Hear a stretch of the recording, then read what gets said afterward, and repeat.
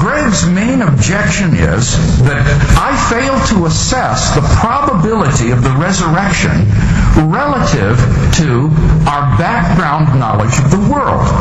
Unless we do that, we cannot use a particular formula from probability theory, which is called Bayes' Theorem, to determine whether the resurrection theory is more probable than the Bayes theory. Unless the resurrection theory conforms to Bayes' theorem, Greg says, it can't have any probability at all of being true. Now, Greg is a philosopher of science. He is not a historian. And the fact is that Bayes' theorem is just not the method used by historians in assessing historical hypotheses. In his book, Justifying Historical Descriptions, the historian Ian McCullough explains that there are several views about how historical inferences are properly made.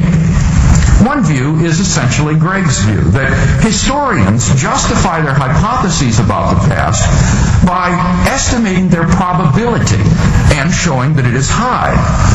But according to McCullough, this is a view which, in his words, has received little support in recent years.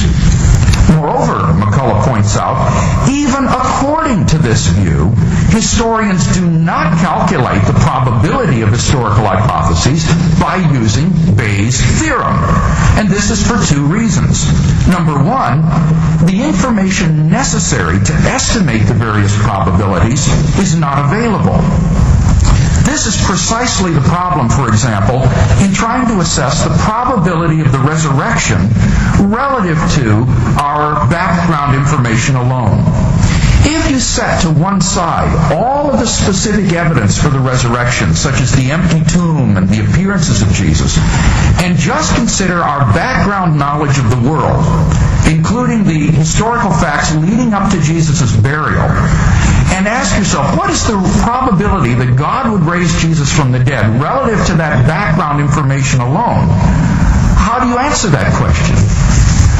As far as I can see, we just don't know how to assess that kind of probability with any sort of confidence. How do we know what God would do given that background information?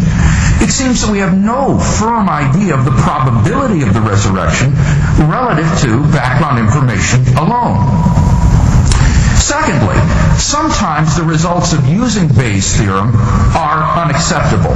McCullough gives examples of where correct historical descriptions would be invalidated by the use of Bayes' theorem.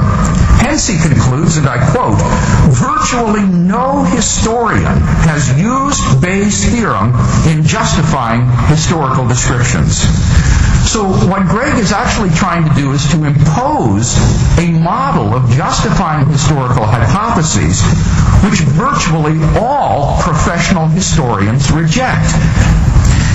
Well, how then do real historians justify historical hypotheses? Three, it is plausible. Given the historical context of Jesus' own unparalleled life and personal claims, the resurrection serves as a divine confirmation of Jesus' radical claims to be the unique Son and absolute revelation of God. Number 4, I want to address Craig's notion of implausibility as going back to C. Bennet McCullough. Now, he is right, of course, that practicing historians do not use Bayes' theorem. It does not follow from that practicing historians are correct to do so. There are independent arguments from Bayes' theorem called the Dutch book Arguments that show that Bayes' theorem must hold. Bayes' theorem follows from 4 elementary axioms of the probability calculus. But beyond that, McCullough's own criteria of hypothesis acceptability seems incoherent. I want to refer specifically to his notion of plausibility. His notion of plausibility is a degrees concept, an incremental concept. Now, as such, it sounds very much like Rudolf Carnap's idea of partial entailment, although McCullough does not say exactly what he means by degrees of plausibility or degrees of implausibility, but Rudolf Carnap himself would be the first to admit that the notion of partial entailment is a technical notion which works only for technical languages, and it could not be applied to any historical hypotheses at all, let alone a case like the resurrection. So what I want to suggest to you is that McCulloch's own criteria of plausibility breaks down, cannot be applied to the case of the resurrection.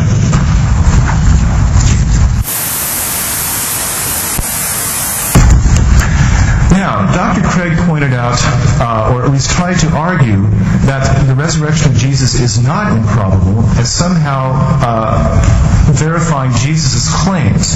If you could please put up transparency number 9, I want to address this point. I want to talk about the problem of the theological context of the resurrection. Now, if we had other miracles, if we knew for a fact that the Old Testament miracles had occurred, if we knew that New Testament miracles of Jesus had occurred, that might possibly pump up the probability of the resurrection. But as even Colin Brown of Fuller Seminary has argued, we don't have enough evidence to show that the New Testament miracles, such as turning water into wine at Cana, the resurrection of Lazarus, occurred. At best, we can show that Jesus believed he performed exorcisms and that he performed healings which would today be considered psychosomatic. But that does not affect the probability of the resurrection one bit. What about fulfilled prophecies? Could that help the case out?